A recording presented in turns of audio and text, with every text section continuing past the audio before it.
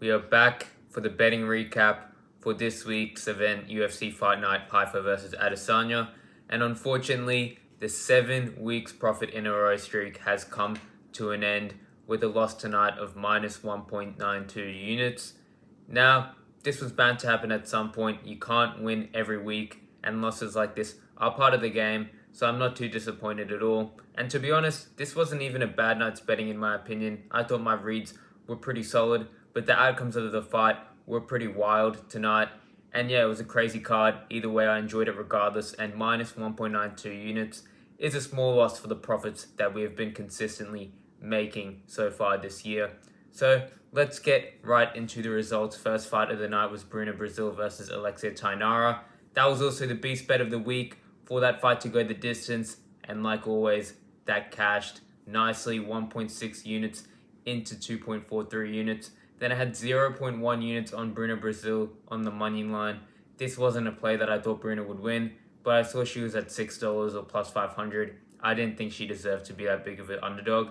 And she did get dominated, but even then, I don't know if that kind of performance would justify that price tag either. I think the odds were still too wide on that performance. Then next fight on the card, we had Yanez versus Simone, and we absolutely cooked up on this fight. We had 1 unit on the fight to go the distance.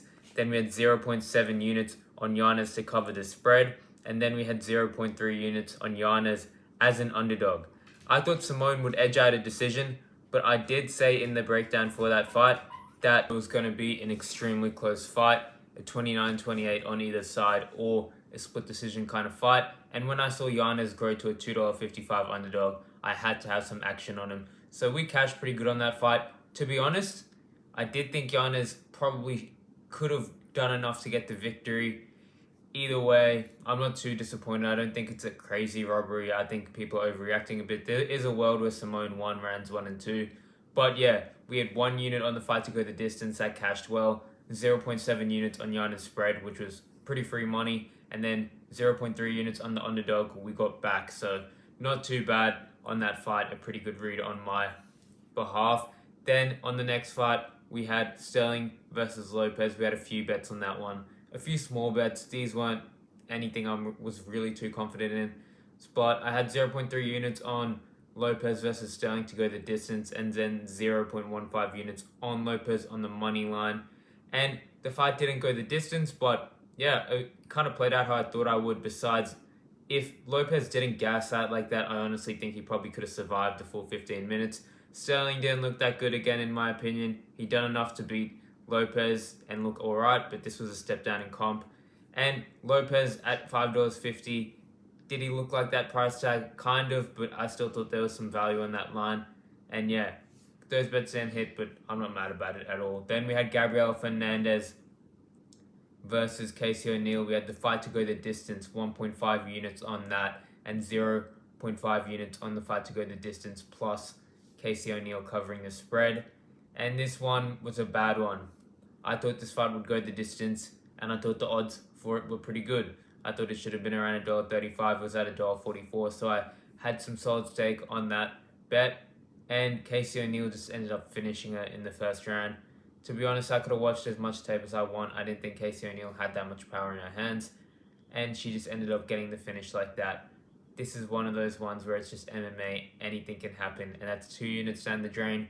But I thought that outcome was extremely unlikely, and that bet was one of our biggest losses of the night, and yeah, that really killed the momentum for the rest of the card. Then we had an underdog bet on Lance Gibson Jr., 0.3 units. On that one, Lance Gibson Jr. was at $3.75. Again, this is why you got to play to the value.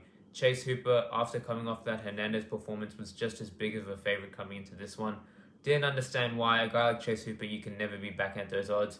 And I didn't even think Lance Gibson Jr. would win, but I thought he was decent enough to justify putting a bet on him at $3.75, and that one cashed nicely. Then we moved on to Tafik Musafayev versus Ignacio Bahamondes.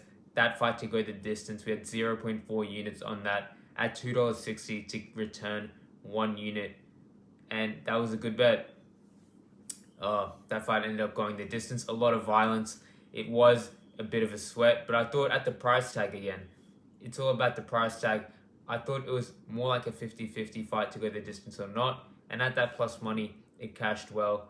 To be honest, a bit of controversy in that fight with Tafiq grabbing the fence and all. Maybe that could have changed it and Ignacio could have got the win. Sick fight though, and I enjoyed cashing on that bet. Then we moved up the card to Carl Nelson versus Terrence McKinney. I had 0.35 units on Carl Nelson and then 0.05 units on Carl Nelson by decision. This was a pure value play. I thought the most likely outcome was Terrence McKinney to get a round 1 KO like he did. But Carl Nelson was at $2.65, and considering how untrustworthy Terrence McKinney is, I thought the price tag justified a small little bet. And yeah, McKinney smoked him in round 1. Not much to say. I don't regret it. I bet accordingly to the value, not what I think is going to happen. And yeah, I thought that had value on it, but it didn't end up hitting. Next one, we had Yusri Belguri on the money line, 0.35 units on that, and Yusri Belguri by decision, 0.15 units on that. The underdog bet cashed really nicely. I thought he shouldn't have been the underdog. I said that before the fight. I thought he should have been a favorite. And the decision one was close, but he ended up getting another very late finish. Either way, I think my reads were on point, and I was happy with that bet. I did not know why Belguri was an underdog in that fight. Then this is where we started to go on a bit of a losing streak for the card. These sprinkle bets that I had, I was hoping a few more of them would end up hitting. But yeah, it went pretty cold. But these were some pretty high odds bets. Next fight, we had Julian Erosa on the money line, 0.2 units on that. Julian Erosa by decision, 0.05 units on that. And then the fight to go the distance as well, we had 0.15 units on that. So 0.4 units all up on that fight. And what I was really betting on was Julian Erosa to survive and potentially see the judges' scorecards and hopefully win that decision. I thought it was a possibility. I knew, obviously, most likely outcome, he goes out there, gets knocked out in round 1. But I thought there was some good value on these bets. As you could see, the odds were really high. But yeah, Douglas came in there, looked really nice, got a round 1 KO, and I'm pretty excited to see more of Douglas. Then we had the next fight on the card, Michael Chiesa versus Nico Price. I had 0.3 units on the fight to go the distance and 0.1 units on Nico Price on the money line. I thought the fight would have a decent chance of going the distance, and I thought the odds were pretty high at $3.50. But Chiesa got out there, subbed him in round 1. And I had put a tiny little bet on Nico Price because he was at $7. Just a pure value play. I thought a respectable price tag for Nico Price would have been $5, $5.50. But he was getting towards that ridiculous line, so I had to put a tiny little bit on that. 0.4 units lost on that fight, which wasn't very good. And then we moved on to Alexa Grasso versus Macy Barber. This was the fight where I had the most stake on the entire card. I had 3.25 units all up.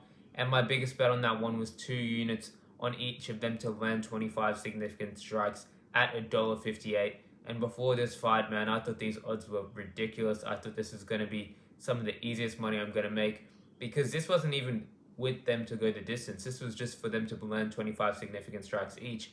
And what I was worrying about was, all right, maybe Macy Barber, if Alexa Grasso looks bad and looks washed, she could get a late TKO after both of them landing some shots, or Grasso could maybe get a late TKO or something like that. So even if there was a finish, I thought, yeah, this is hitting either way.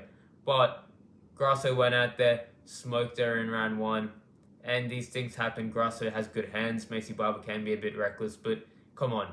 The odds for that were at $25. If you predicted a Grasso KO, no, you didn't. Let's just be honest. You weren't expecting a Grasso KO. But I also didn't just lose on that fight. I thought Grasso would win, and I thought, she was a $2.50 underdog again. I thought that was a really weird price tag for the fight, considering she won the first fight. She was the one that became the champion. So I had 0.75 units on Grasso to cover the spread at $1.64. That cashed nicely.